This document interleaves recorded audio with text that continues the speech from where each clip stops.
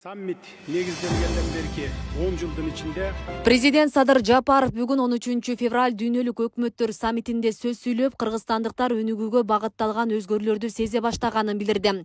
Мамлекет башчы Кыргызстан эгемендик алган күндөн тартып, башкаруунун ар кыл формаларында жашап көргөнүн, өзү бийликке келген 2020 жылдан баштап кайрадан президенттик башкаруу формасына кайтканын белгилеген. Ошол жылдары 3 революцияны, бир катар социалдык толкундуулорду баштан кечирип, андан кийинки коронавирус пандемиясынын кесепетинен терең экономикалык кризис куруштурганын, коррупцияга каршы элдешкис күрөш жүргөнүн кошумчалаган.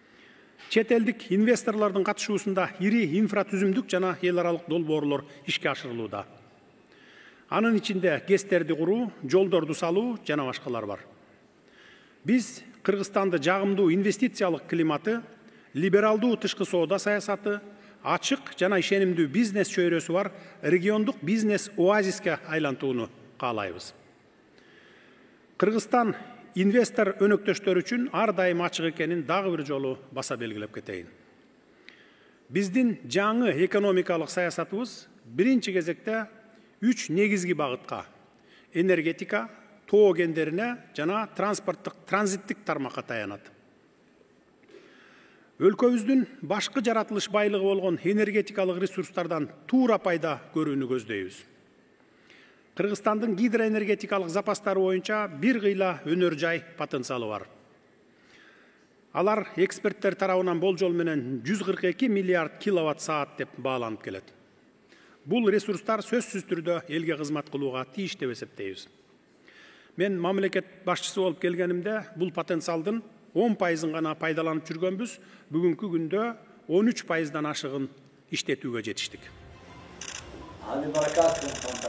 Президент дүйнөлүк өкмөттөр саммитинин алкагында Бириккен Араб Эмиратынын энергетика жана инфраструктура министри Сухейль Аль-Мазруи менен сүйлөшүүлөрдү өткөрдү. Буга чейин жетишилген келишимдерди ишке ашыруу маселелерине токтолуп, мамлекет башчысы Мастар компаниясы тарабынан күн электр энергиясынын курулушуна өзгөчө маани берилерин айтып, Кыргызстан аталган долбоордун алкагында өз милдеттемелерин убагында аткарарын баса белгиледи.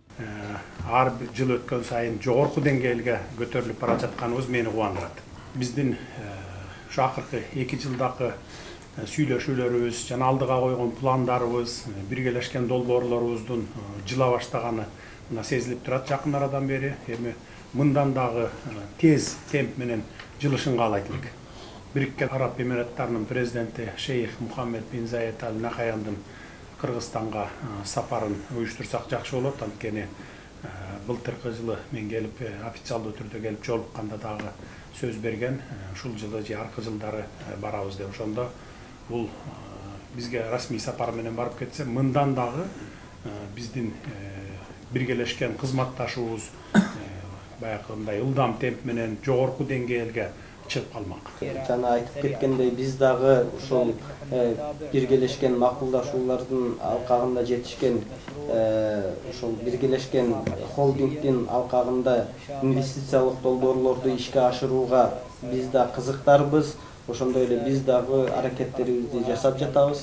Ошондой эле мындан тышкары Маздар компаниясынын алкагында дагы ошол Кыргыз Республикасында күн электр станциясын куруу долбоору боюнча дагы иштер жүргүзүлүп жатат.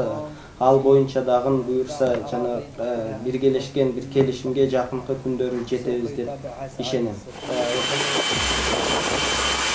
Өлкө башчы Садыр Жапаров дүйнөлүк өкмөттөр саммитине Бириккен Араб Эмирликтеринин президенти Шейх Мухаммед бин Заид Аль Нахаянын чакыруусу менен 12 февралда кеткен. 2 күндүк сапардын алкагында Бириккен Араб Эмирлигинин вице-президенти, премьер-министри Дубайдын башкаруучусу Мухаммад бин Рашид Аль Мактум менен жолукту. Анда Кыргызстан менен Бириккен Араб Эмираттарынын ортосундагы эки тараптуу кызматташтыкты мындан ары тереңдетүү маселелери талкууланды. Бул күндөрү мамлекет башчы дипломатиялык, соода, экономикалык байланыштарды чыңдоо, биргелешкен инфраструктуралык долбоорлорду ишке ашыруу максатында Эмирликтин бир катар жетекчилери жана ишкерлери менен жолугушууларда болду.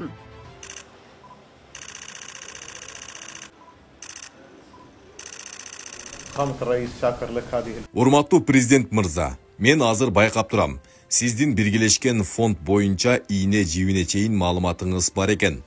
Бул бизге чоң жоопкерчиликти артып жатат. Азыр биз күчүбүздүн барынча аракетибизди жасап жатабыз.